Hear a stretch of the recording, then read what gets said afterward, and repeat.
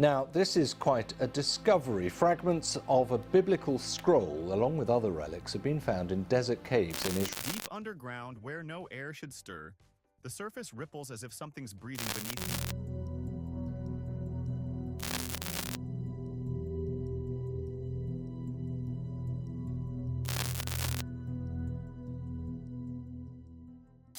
What if humanity's oldest secrets never truly disappeared, but were only waiting to be awakened? For thousands of years, many biblical legends were dismissed as symbols, myths, or stories buried by time itself. But now, from the dark caves beneath the Jordan Valley to mysterious artifacts that seem to defy modern understanding, a series of strange discoveries is forcing the world to question things many believed had remained silent forever. At first, the findings appeared completely unrelated, but the deeper archaeologists pushed into the excavation, the more they began to realize something deeply unsettling. Every trace seemed to point in the same direction, a story intentionally hidden, something sealed away since ancient times, and perhaps something that was never meant to remain buried forever. So what exactly is beginning to rise beneath the dust of history? And why are these mysteries starting to surface now, at the exact moment the world seems increasingly consumed by fear surrounding the final prophecies? Before we start, hit the like button, subscribe, and join us as we uncover the terrifying discoveries hidden beneath the earth in the Jordan River, about the ancient warnings that some believe were never meant to be found again. The Jordan Valley was never merely a geographical boundary. For thousands of years, the muddy waters cutting through this barren land have witnessed the rise and fall of great kingdoms, supernatural miracles, and ancient curses buried beneath the sands of time. Many believed the Jordan was a river of cleansing, a place where lost souls were baptized, where the heavens once opened and the glory of God descended upon the earth. But some things hidden beneath the fractured ground of this valley seem never to have desired the light of heaven. Recent underground tremors, violent geological shifts, and sudden collapses within the subterranean water systems caused a massive section of limestone cliff to break apart and crash into the depths below. When the clouds of ancient dust finally settled, they revealed the entrance to a dark and seemingly endless cave system. No archaeological map had ever recorded the existence of these underground chambers. As the international research team took their first steps into the freezing darkness, they expected to uncover fragments of Essene pottery, or perhaps, if fortunate enough, ancient Roman coins. They had no idea they had just crossed a boundary that was never meant to be broken. Because what they were about to bring into the light would forever change the way humanity understands faith, historical truth, and the beings that may have once walked the earth long before civilization became what it is today. The scorching desert heat outside vanished completely as the excavation team descended deeper beneath the earth. Inside the cave, the air carried the heavy scent of damp stone, ancient moss, and a suffocating stillness that pressed against the lungs. The darkness was pierced only by the harsh white beams of high-intensity survey lights sweeping slowly across the underground chamber. They found it buried beneath a thick layer of dust inside a collapsed stone vault. At first, nobody paid attention to it. It was too small, too fragile. It looked like nothing more than a meaningless fragment lost among razor-sharp broken rocks and scattered pieces of ancient pottery covering the uneven cave floor. It could easily have been discarded along with the debris if one senior archaeologist had not noticed something unusual about its structure. The moment he carefully brushed away the red earth that had covered it for thousands of years and lifted the object beneath the fluorescent light, the entire rhythm of the excavation seemed to stop. It was a flute. But what caused the archaeologist's hands to tremble was not its shape. It was the material from which it had been made. The instrument was not carved from the hardwoods commonly used throughout the ancient Near East, nor had it been shaped from the bones of sacrificial animals such as sheep or goats, materials frequently connected to ritual objects in the ancient world. It had been crafted from the wing bone of a dove. The atmosphere inside the field laboratory turned completely silent the moment the artifact was brought in for analysis. Under magnification, tiny spiral carvings running along the surface of the flute remained astonishingly sharp, as though they had been etched only yesterday instead of lying buried beneath the earth for countless centuries.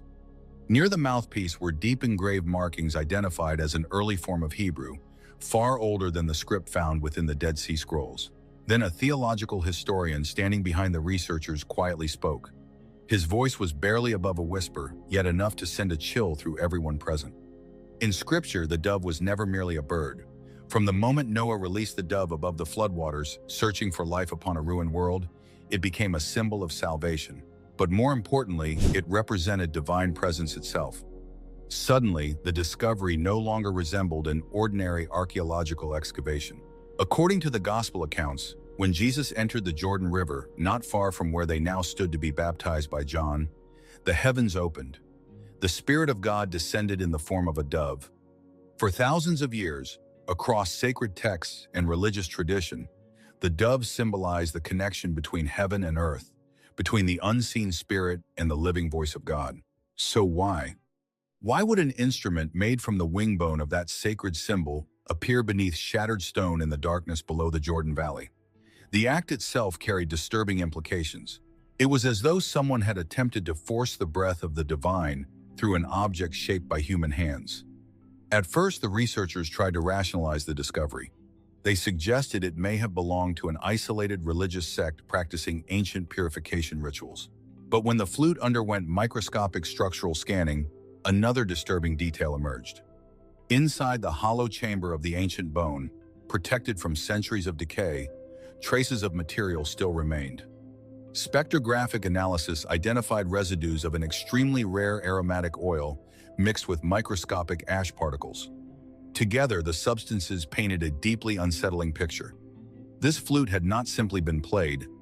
It appeared to have been used during rituals involving heavy incense smoke, open flames, and possibly ceremonies connected to ancient spirit invocation practices. Then the inscription carved near the center of the flute was finally translated. The sentence was short, but it was enough to throw the entire excavation site into fear and confusion. The breath shall awaken what sleeps beneath the earth. No one dared claim the translation was perfectly accurate. Ancient languages often carried layers of symbolic meaning impossible to fully capture. Yet within hours, the phrase spread beyond the secure channels of the excavation and circulated through academic networks around the world. Because to scholars of biblical tradition, the word breath carried terrifying significance. In Hebrew, the word ruach means breath, wind, and spirit all at once. Breath was inseparably connected to life itself. God breathed into Adam, and the first man opened his eyes. The prophet Ezekiel stood within a valley filled with dry bones, and when breath entered them, the skeletons rose into a vast army. During Pentecost, the Holy Spirit descended like a mighty rushing wind from heaven. If breath symbolized awakening, then what exactly had this flute been created to awaken? What was sleeping beneath the earth of the Jordan Valley, waiting for its call? And before we all venture into that fateful night to uncover the truth, if you're feeling suspenseful and captivated by this mystery, please take a moment to like and subscribe to the channel. Your support is the greatest source of motivation that keeps me going in uncovering the most terrifying hidden corners of history. The answer began to reveal itself later that same night, during an incident none of the researchers would ever forget.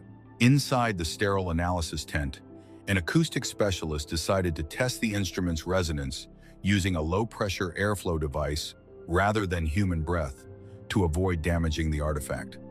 The moment the artificial stream of air passed through the ancient dove bone, every person inside the tent fell silent. The sound that emerged did not resemble any known musical instrument. It was impossibly low, hollow, distorted by frequencies that seemed almost unnatural. It did not sound like music at all. It sounded like the agonized cry of some colossal creature suffocating deep beneath an endless abyss. The vibration cut through the air with such force that several researchers standing nearby immediately experienced nausea and dizziness. But the sound itself was not the most terrifying part. The moment the final note echoed through the tent, the surrounding environment reacted. Every LED light inside the laboratory began flickering violently. Several digital recording systems erupted into heavy static interference as black and white distortions flooded the monitors before the screens abruptly shut down altogether. Most scientists immediately dismissed the incident as coincidence. Electronic malfunctions in harsh desert conditions were not uncommon. Some argued the sound frequencies may have unintentionally generated infrasound capable of affecting both human perception and nearby equipment. The explanation sounded reasonable. But even the most skeptical minds present that night could not hide the trembling in their hands. The atmosphere around the flute had changed completely. The air itself felt charged, like the pressure before a violent thunderstorm. Something unseen seemed to weigh heavily upon everyone inside the tent. And deep down, they all sensed the same horrifying truth. The flute was not the end of the discovery. It was only a key. Driven by equal parts fear and curiosity, the excavation team continued digging directly beneath the stone platform where the flute had been found. Only a few meters below the sediment layers, they uncovered something far more terrifying than the silence of the sound itself. The excavation work proceeded at a frantic pace, and under intense pressure, the collapsed rock layer beneath where the flute was found turned out not to be the cave floor, but a deliberately arranged camouflage. As massive blocks of limestone were pulled out by pulley cranes, a deep artificial pit was revealed. Hidden beneath the thick, dark soil were strange, pitch-black fragments of matter, freezing cold to the touch and unusually heavy. Initially, the geologists in the team brushed them off, assuming they were merely natural iron ore blocks, anomalous minerals, or the remnants of some collapsed ancient smelting furnace. But when these metallic fragments were carefully cleaned, 3D laser scanned, and reassembled in simulation software, their final shape left the entire team of scholars in the control room in stunned silence. It was not stone, nor was it a chaotic lump of metal slag. It was an object with a complex geometric structure. It looked almost like a cube. But it was not perfectly square at the corners, nor was it entirely round. Its shape resembled an entity distorted by immense pressure. Two of its opposite sides were relatively flat, while the edges were curved. The surface of this pitch-black object was riddled with tiny pits, identical to the surface of a meteorite or small craters on the moon. Most striking of all, a deep groove, machined with terrifying perfection, ran horizontally around the center of the object. The moment its complete image appeared on the computer screen, a historian specializing in anomalous artifacts shot up from his seat, dropping his cup of coffee. He stammered out a name that had lain dormant in the most mysterious files of modern history: the Salzburg Cube, also known as the Wolfsegg Iron. The memory of one of the greatest mysteries of the 19th century suddenly surged back to life. For over a century, the Wolfsegg Iron had plunged mainstream science and conspiracy theorists alike into endless debates. History records that in the autumn of 1885, at an iron foundry in the village of Wolfsegg, Austria, a miner was breaking apart a large block of coal to feed into the furnace. When the coal split in two, a strange iron object fell out. The coal seam that encased the object was dated by geologists of the time to the Tertiary period, meaning it was over 60 million years old. The bizarre artifact was handed over to Dr. Adolf Gerl, who announced the discovery to the Natural History Society. The object in Austria possessed a peculiar shape. It resembled a rounded cube with two flat sides, a deep groove wrapping around its center, and covered in small pits a dark, supernatural beauty. Initially, the scientific community hastily concluded it was an iron meteorite, a fragment from space that crashed into Earth during prehistoric times and was enveloped by coal. But things took a maddening turn when state-of-the-art electron beam analyses, later conducted by the Natural History Museum in Vienna, Naturhistorisches Museum, completely contradicted this finding.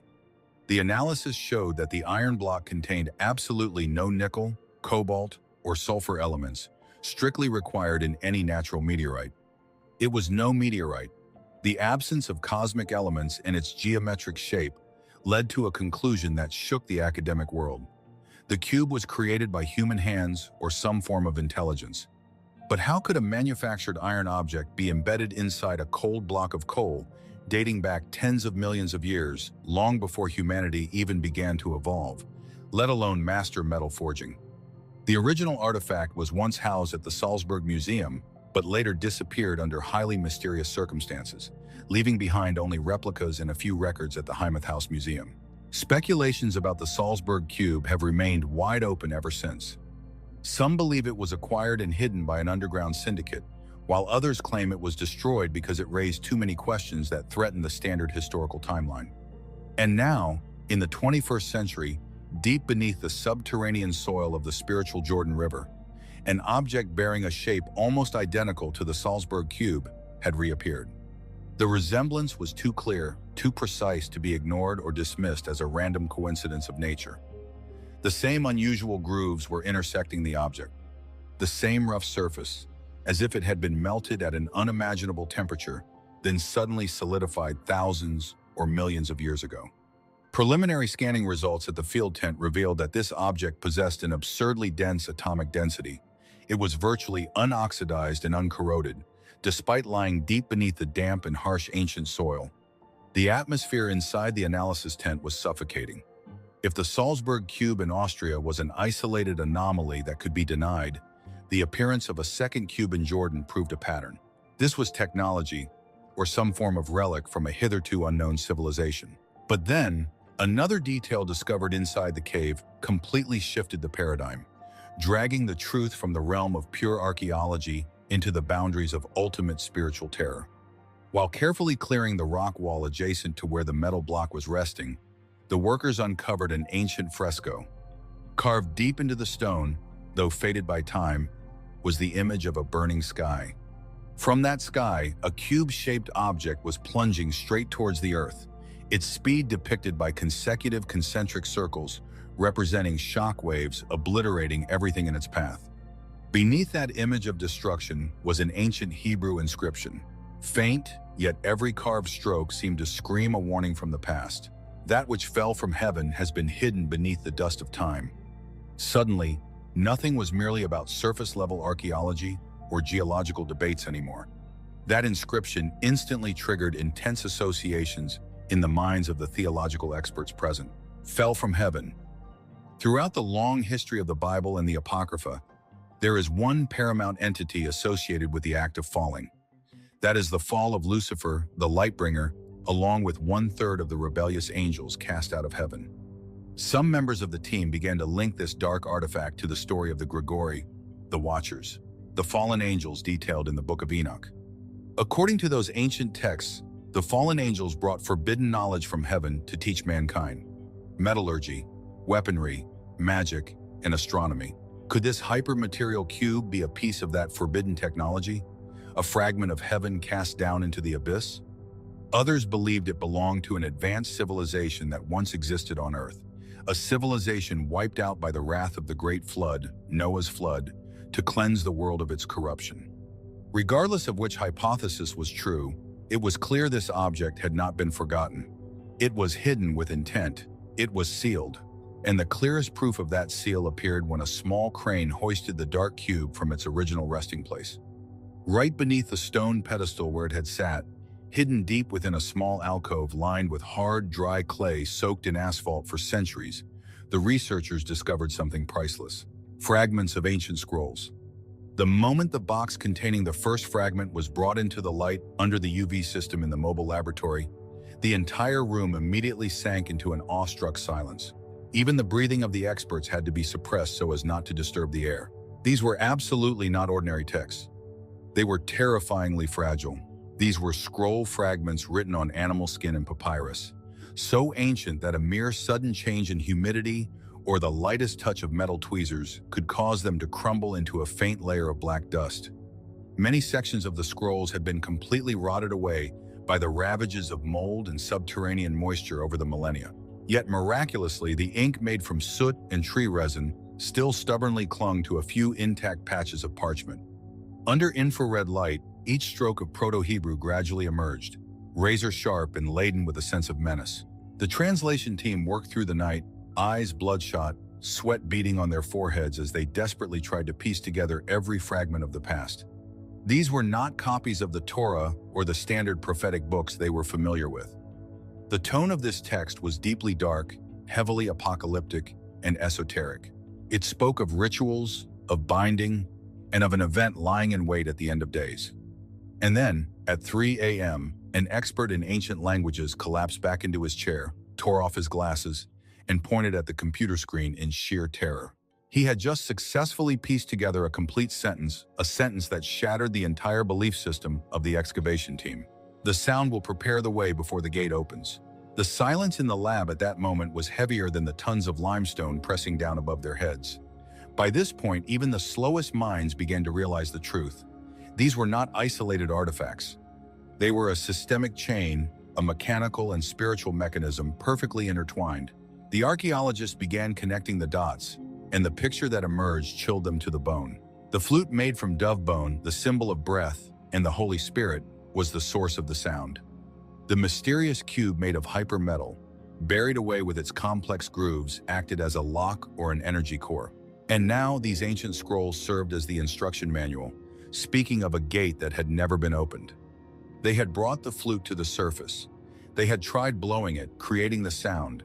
They had moved the cube, the lock, from its millennium-old sealed position. Unwittingly, driven by the blind curiosity of modern science, they had followed the exact sequence of that grim prophecy. They were preparing the way, but where would the gate lead? And more importantly, what was waiting on the other side? The answer did not lie in heaven. It lay right beneath their feet. The most terrifying part of this journey had not yet truly begun. It lay sleeping beneath the deep strata of the Jordan Valley. Driven by an invisible pressure and a latent sense of guilt for breaking the seal, the archaeological team decided to deploy their most powerful GPR, ground-penetrating radar system, to scan deep into the strata beneath the cave system. The radar screen swept back and forth continuously, emitting penetrating waves that pierced through the dense sedimentary rock. For the first few hours, the screen only displayed standard geological structures, fractured limestone seams, dried-up underground aquifers, and a few small cavities. But then, as the radar waves reached a depth of over 30 meters below the cave floor, the detectors began emitting a rapid succession of beeps, signaling an anomaly. The echoing images on the 3D screen formed masses of matter with a density completely different from the surrounding rock. Initially, people clicked their tongues and assumed it was merely a geological anomaly of concentrated mineral bands, or at worst, the bones of an unknown dinosaur species buried during tectonic shifts. Until more sophisticated stratigraphic endoscopy technology clearly outlined the edges of that geological anomaly. The entire control room fell into a state of paralysis. The arrangement of the objects below was not random at all. It possessed symmetry. It had a biological structure. The drilling through the sedimentary rock was conducted with extreme caution. Stone dust flew in all directions beneath the diamond drill bits. Days passed in extreme tension until the final rock wall crumbled away, opening up a massive, dark subterranean chamber.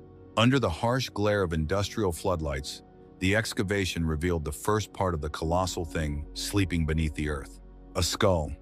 It lay facing the cave ceiling, partially encased in limestone like a macabre cocoon. Its eye sockets were impossibly deep, pitch black like two abysses. The lower jawbone was square and robust, with giant teeth still perfectly intact. Its shape was completely identical to that of a human, but its size could not possibly belong to any human being who had ever existed in this world. The entire excavation site descended into unprecedented chaos as the subsequent bones gradually emerged beneath the trembling hands and dust brushes of the archaeologists. Ribs were exposed, arching and thick as the trunks of ancient trees.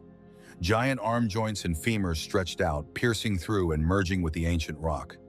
The body proportions and anatomical structure of this skeleton perfectly adhered to human biology, Homo sapiens, except that it was many, many times larger. It was absurdly tall, surpassing every limit of biological evolution ever recognized by science. Standing in the shadow of the colossal skeleton, the theologians and historians once again felt their worldview crumble.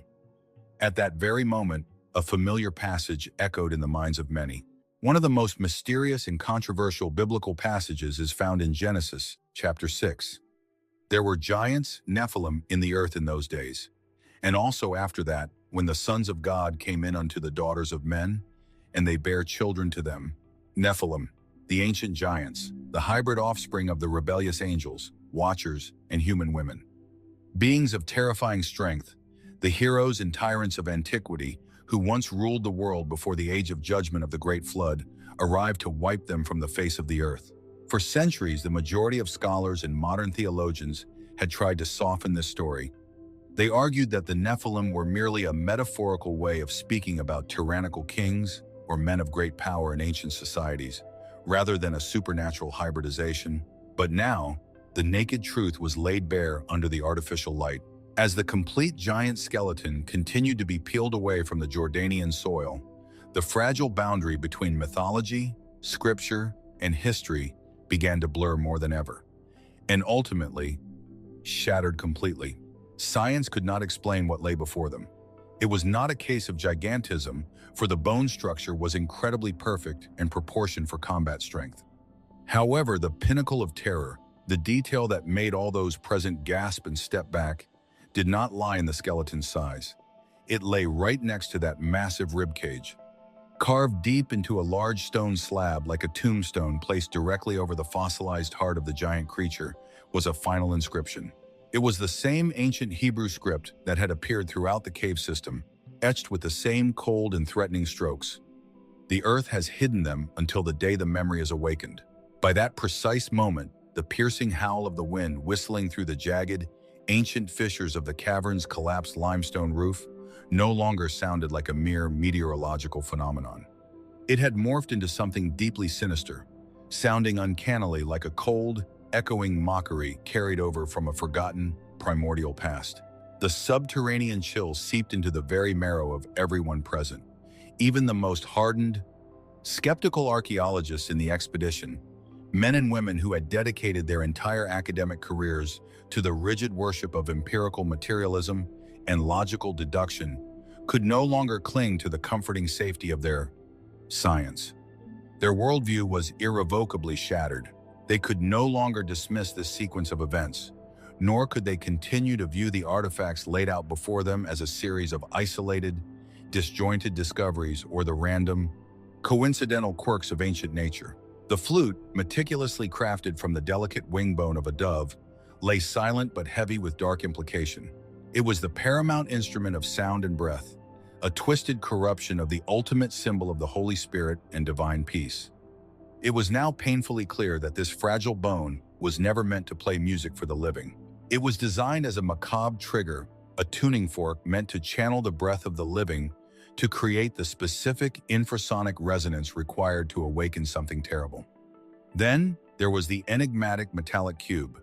It sat there, absorbing the harsh glare of the industrial floodlights, presenting itself as an impossible anomaly of physics. A hyper-dense, mathematically precise enigma that mirrored the infamous Salzburg artifact. It was not a mere chunk of space debris. It was an unfathomable energy source, or perhaps a cosmic lock, a piece of forbidden technology that had literally plummeted from a burning sky during a prehistoric war. It was the physical key required to interact with the ancient sound. Beside it lay the impossibly fragile fragments of the ancient scrolls. These crumbling pieces of parchment, which had barely survived the crushing weight of time, were not mere religious texts.